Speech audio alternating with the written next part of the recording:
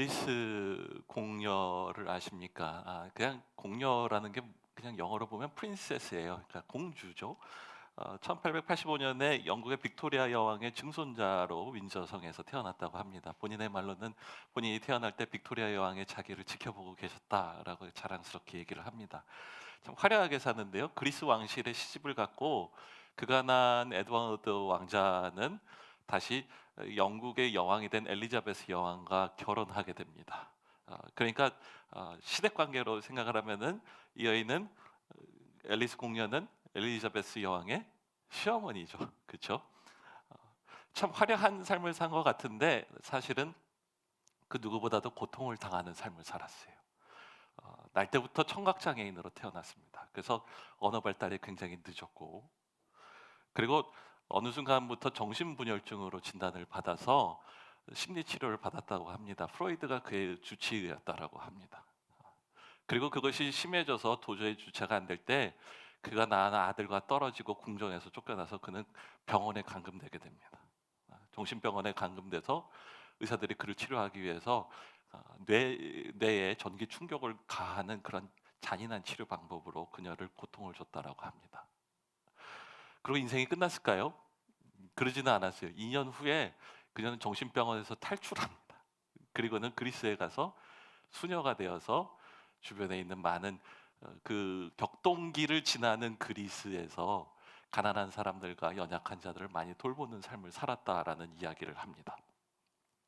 그 당시에 그리스가 정세가 굉장히 불안해지면서 엘리자베스 여왕이 그녀를 데려다가 영국의 궁궐에다가 데려다 놨어요. 그러니까 이게 참 아이러니하죠. 다들 화려하고 그리고 멋있는 복장을 하고 매일같이 잔치가 이뤄지는 그러한 궁전에 초라하고 볼품없는 한 할머니가 수녀복을 입고 거기 서 있는 거예요. 예, 다들 궁금해하는데 알고 보면 그게 왕의 그 왕의 부군 되시는 분의 어머니이시다라는 것을 보고 깜짝 놀라게 됩니다. 그래서 영국 가디언지에서 그녀를 인터뷰를 했는데 그 중에 이런 내용이 나옵니다. 아마 엘리자베스 여왕을 두고 얘기하는 것 같아요. 세간에 흔히 떠도는 농담은 시어머니를 모시고 살면 악몽이라는 것이다. 그러나 이 시어머니를 모시고 사는 건 축복일 수밖에 없다. 앨리스 공녀는 가장 희귀한 피조물이다. 왕실의 가족이지만 그 누구보다 고통받았고 그 누구보다 근면했으며 그 누구보다 선을 창조했다. 선천적 청각 장애로 끊임없이 오해받고 따돌림 당하고 멸시를 받았다. 의사들은 그녀에게 가공할 공포를 가했다. 자궁 엑스레이 촬영으로 월경이 끊기고 성욕이 감퇴했으며 히스테리를 치료하겠다고 전기 충격을 가했다. 그러나 울분 대신 앨리스 왕녀는 자신의 삶을 자선과 공적 섬김, 사회 정의 운동에 바쳤으며 종종 큰 위험을 감수해야 했다라고 이야기를 합니다. 여러분, 이 앨리스라는 이 여인을 여러분 누구라고 하시겠습니까? 장애인입니까? 정신분열증 환자입니까? 아니면 하나님의 나라를 임하게 하는 하나님의 백성입니까? 초점을 좀 바꿔서 생각을 해볼게요. 여러분은 우리를 누구라고 하십니까? 우리는 누구입니까? 여러분은 자기 자신을 누구라고 하십니까? 그 대답이 우리가 어떻게 살고 그리고 무엇을 위해서 살지를 결정하지 않겠습니까?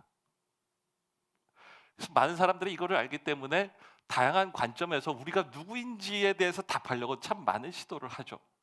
그럴 때 예수 그리스도를 믿는 우리는 성경에서 말하는 창조와 타락과 구속과 재창조라는 그 큰 그림 안에서 우리가 누구인지를 발견해야만 할 것입니다.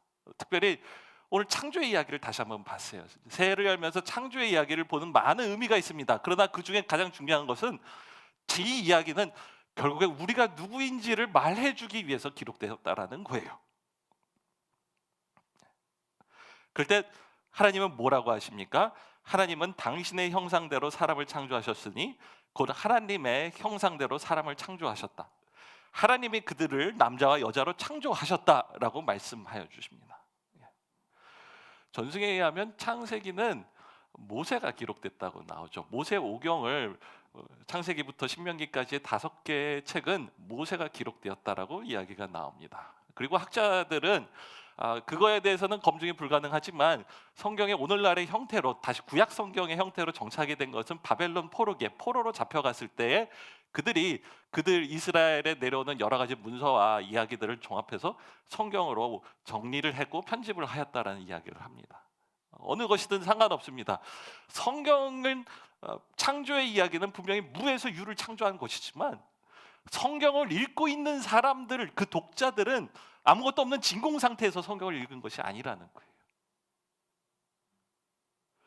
성경을 읽었던 원래의 독자들은 이집트 안에서 노예로 살았거나 광야에서 떠드는 난민들이었다는 것입니다. 혹은 완성된 편집된 성경을 보는 사람들은 바벨론에서 포로로 잡혀간, 나라가 멸망하고 나라를 잃어버린, 그래서 자기 정체성을 잃어버린 사람들에게 기록된 책이었다라는 거예요. 그럴 때 오늘 너희는 하나님의 형상으로 만들어졌다라고 말하는 그 자체가 대단한 선언이고, 그리고 세상을 뒤집어 놓는 새로운 재창조의 역사를 이루고 있다라는 사실을 아시기를 바랍니다. 하나님이 사람들에게 나타나셔서 그들이 하나님의 형상이라고 선포하세요. 멸시받고 힘없는 자들에게 하나님은 피조물을 다스리라는 권세를 주셨다고 말씀을 하십니다. 바로가 히브리 사람들을 멸망시키기 위해서 아들을 낳으면 뺏어다가 강물에 집어던졌어요. 근데 모세는 가서 그들에게 하나님이 너희에게 생육하고 번성해서 땅에 충만하라고 하셨다고 말씀을 하십니다. 열심히 일을 하고 뼈 빠지도록 새벽부터 밤까지 일하지만 쌓이는 것이 하나도 없고 먹고 살 걱정을 하고 있는 사람들에게 하나님은 내가 너희에게 자연의 모든 것들을 먹거리로 주겠다라고 말씀을 하여 주십니다. 그리고 더 나아가서 지배받고 있고 멸시당하고 있는 사람들에게 너희는 온 피조물을 다스리고 그들을 이끌라는 권세의 말씀을 해어 주셨다라는 것입니다. 여러분, 이스라엘 노예들을 한번 생각해 보세요. 지금 노예로 있어요. 그리고 우리 민족이 말살되고 있어요. 혹은 광야에서 방황하고 있어요. 그래서 내가 도대체 누구인지를 알지 못하겠고 그것으로 인해서 고민하고 왜 사는지를 알지 못하겠다라고 말할 때 하나님은 나와서 너는 하나님의 형상이라고 선포하여 주십니다. 그것은요, 새로운 재창조의 역사를 이루시는 하나님의 일이라는 것입니다. 여러분, 내가 누구인지, 내가 무엇을 위해서 살지 그 말씀이 선포되는 순간에 나는 문화나 상황에 끌려가는 사람이 아닌 것입니다. 말씀이 내가 누구인지를 정해주며 무엇을 위해서 살아야 할지 말씀이 나를 이끌어 가시고 계신다라는 것입니다. 내가 누구입니까? 하나님의 형상입니다. 저는 창세기를 봅니다. 창세기의 시작은 하나님이 내가 나의 형상으로 사람들을 창조하였다고 말씀해 주세요. 그리고 창세기의 맨 마지막에 가면 요셉의 이야기가 나오죠. 요셉의 이야기가 왜 기록되었을까? 요셉은 이집트의 노예로 끌려갔어요. 어쩌면 히브리 노예들, 이집트에 있었던 히브리 노예들은 요셉이 겪었던 일이 남의 이야기가 아니라 자기의 이야기라고 공감할 수 있었을 거예요. 붕괴되고 무너지고 의미가 없는 그들의 삶 가운데서 하나님이 요셉의 이야기를 그들에게 들려주실 때 그들은 하나님의 형상으로 사는 것이 무엇인지에 대해서 구체적으로 그 이야기를 통해서 알 수가 있었다라는 거예요. 하나님의 형상이에요. 그러므로 그는 붕괴되고 무너지는 고통스러운 세상에서 자신을 잃어버리지 않고 성실하게 살 수 있는 이유를 찾는 거예요. 하나님의 형상이라는 것이 나를 거룩하게 하여 줍니다. 얼마나 많은 유혹이 있습니까? 그러나 거룩함을 지키고 살게 하여 주십니다. 하나님의 형상이라는 것이 나의 삶의 목적을 줍니다. 시기가 많고 배신이 가득하며 쓸모없으면 마구 버리는 그런 사회예요. 그러나 거기에서 하나님의 나라를 위하여 묵묵히 하나님의 제사장으로서의 삶을 살아가게 하여 주시는 것, 그것이 바로 하나님의 형상이라는 것의 의미라는 것입니다. 이스라엘 민족을 생각을 해봅니다. 여러분, 이스라엘 민족은 아마 우리 민족만큼이나도 고난을 많이 당한 민족인 것 같아요. 좋은 일도 많이 있었죠. 그리고 번성할 때도 있고 영향력을 끼칠 때도 있지만 때로는 말살당하고 그리고 떠돌고 멸시당했던 그러한 때도 있지 않았습니까? 한 가지 특이한 것이 있어요. 가나안 땅에 이스라엘 백성만 살았던 것이 아니라 그 당시에 성경을 보면 블레셋 족속도 있고 우리가 잘 아는 또 해족속이라는 족속들도 있고 그 밖에 여러 가지 족속들이 있지 않았습니까? 사람이 없어지지는 않았어요. 유전자도 있고 그들의 자손 여전히 살아 있어요. 그러나 여전히 우리가 히브리 민족이라는 정체성을 가지고 있고, 그리고 그 땅을 향해서 끊임없이 어떤 상황에서도 돌아가고 있는 민족은 이스라엘 민족밖에 없는 거예요. 왜 그럴 수가 있죠? 그래서 단순하게 생물학적인 그런 조건으로 되는 것이 아니라 이스라엘 백성은 이야기를 갖고 있었던 사람들이기 때문에 그래요. 하나님이 창조하시고 나를 택하셔서 구원하시고 하나님 백성 되어서 너희를 제사장이라고 말씀하여 주시는 그 이야기를 가지고 있고, 그리고 그 이야기의 핵심 가운데는 너희는 하나님의 형상이다 라고 말씀하시는 하나님의 선언이 그 안에 들어있기 때문에 이스라엘 백성은 온전하게 자기가 누구인지를 몇천 년 동안 지켜올 수가 있었다라는 거예요. 대한민국을 놓고 생각을 해봅니다. 여러분, 우리는 우리가 어디서부터 왔고 어디로 향해 가고 있는지에 대한 이야기를 갖고 계십니까? 특별히 하나님이 나와 함께 하시고 나를 이끌어 가신다라는 것을 말할 수 있는 이야기가 있습니까? 어쩌면 당군의 이야기가 있기 때문에 우리가 한민족이라는 정체성을 가질 수 있겠죠. 그렇다면 그 안에서 한민족 가운데 크리스찬이라는 정체성을 주는 큰 이야기를 우리는 알고 있습니까? 제가 감사한 게 하나가 있어요. 어렸을 때 이렇게 있으면 이렇게 부모님이랑 대화를 하는데 우리 부모님이 가끔씩 간증을 해주셨어요.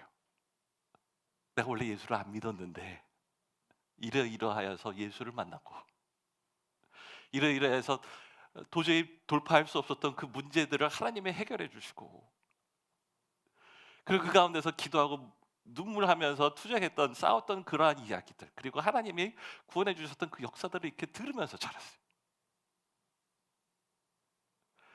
그때 그것이 신앙의 근간이 되고 그 이야기 가운데서 내가 누구인지를 찾게 되고, 그리고 어려움 가운데서 그 이야기를 돌아보면서 다시 그 앞을 나갈 수 있게 된다라는 것입니다. 안타까운 것이 있습니다. 젊은 세대가 부모의 이야기를 듣습니까? 그렇지 않은 것 같아요. 어느 분이 사회학자가 이 얘기를 하시더라고요.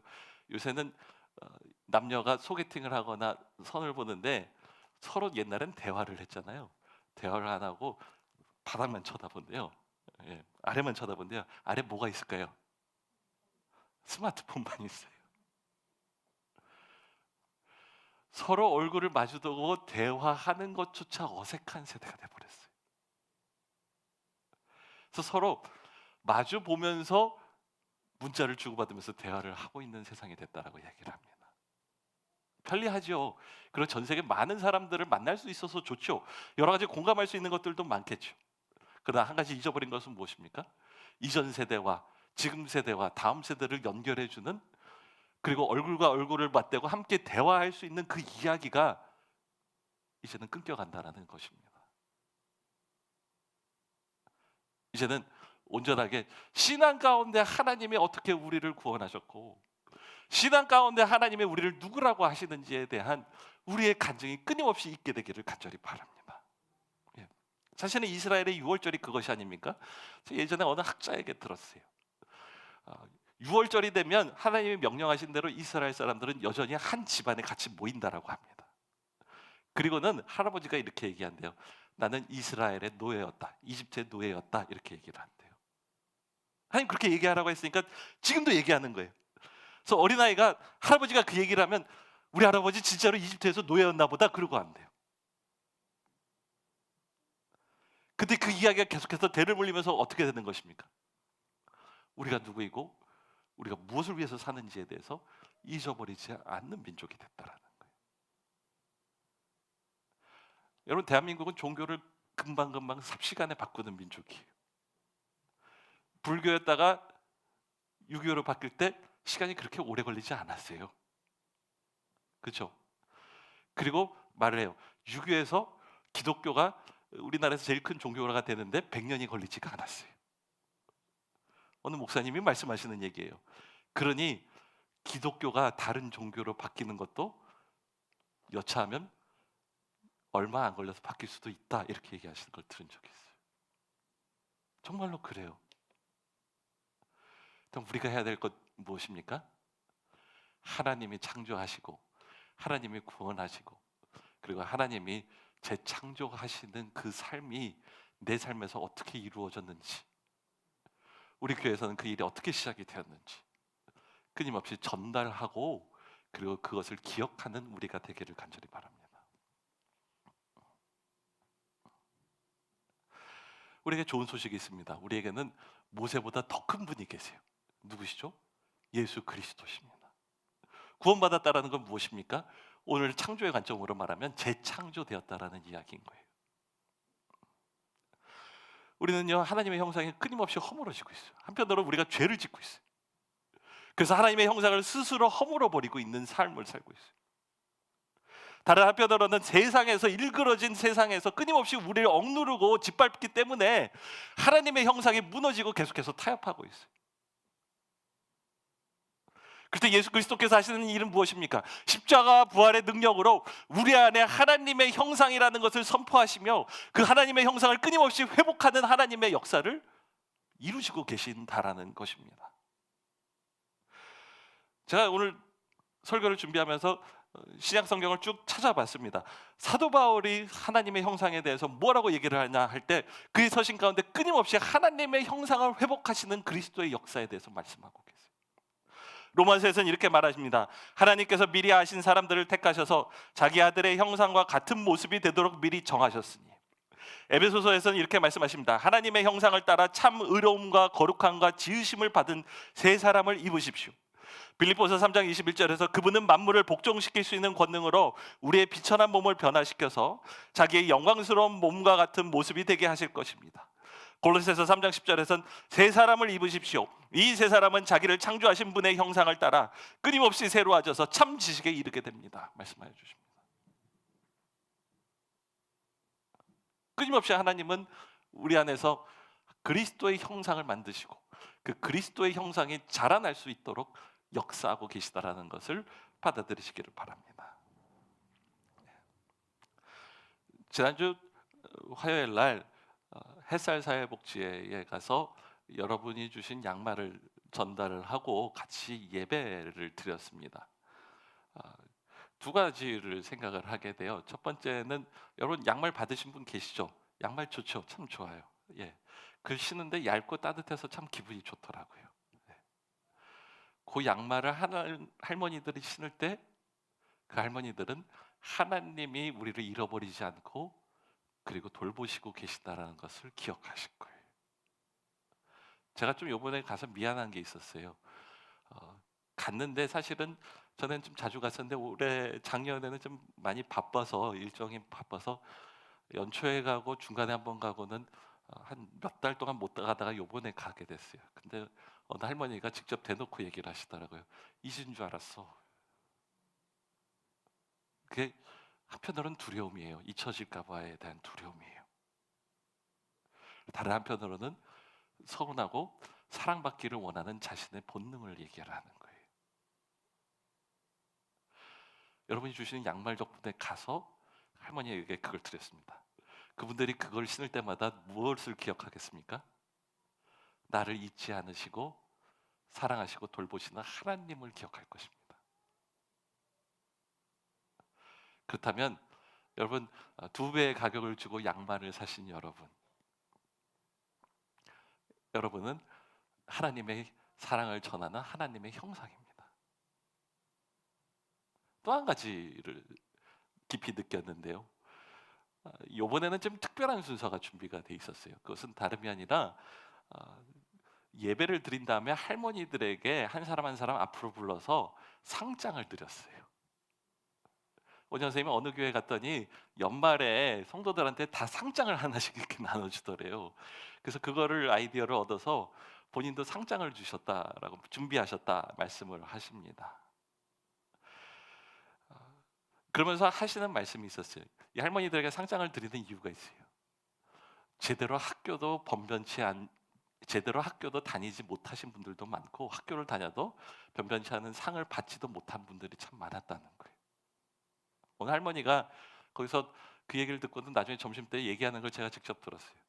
자기는 엄마가 일찍 돌아가서 계모랑 살았는데 자기 새엄마가 "너는" 옛날 얘기잖아요. "너는 딸이니까 학교 가지 마라." 그랬대요. 근데 그 계모가 친딸이 있었는데 친딸은 고등학교까지 보냈대요. 학교도 제대로 다니지 못하셨던 분이세요. 그럴 때 그 상장이 그분에게 주는 의미는 무엇입니까? 상장을 받는 분 중에 맨 앞에 나오신 분은 김숙자 할머니입니다. 할머니에게 이렇게 상장을 읽어 드렸어요. "상장 김숙자. 귀하는 고된 삶이었지만 지금까지 최선을 다해 살아오셨기에 그 살아온 이야기가 다른 사람에게 깊은 울림과 감동을 주었습니다. 귀하가 한 걸음씩 걸어온 그 시간은 귀하고 아름답습니다. 2020년 새해에도 더 건강하시고 신의 은총이 가득하기를 기원하며 감사와 사랑의 마음을 담아 이 상장을 드립니다." 참 감동 있는 말씀입니다. 그걸 이렇게 듣고 있는데 저도 상장 받고 싶더라고요. 그리고 여러분도 마찬가지입니다. 우리 모두 한 성도 한 분 한 분 가만히 제가 보면 지금까지 최선을 다해서 살아오신 그 이야기가 저에게 그리고 서로에게 울림과 감동이 되지 않습니까?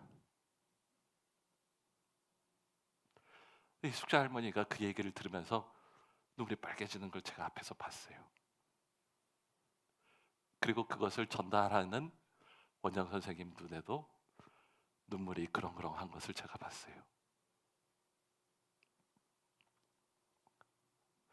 질문을 합니다. 이 할머니들이 장녀였습니까? 하나님의 딸입니까? 그 삶을 보면 버림받고 소외되기에 마땅한 인물입니까? 사랑받기에 마땅한 사람입니까? 실패한 인생입니까? 아니면 험한 세월을 살아낸 울림과 감동을 주는 삶입니까? 둘 다 사실이죠. 그러나 그리스도 안에서 하나님이 우리에게 말씀해 주시는 것은 그럼에도 불구하고 그들은 그리고 우리는 다 하나님의 형상이라는 것입니다. 누구든지 그리스도 안에 있으면 새로운 피조물입니다. 기도하겠습니다.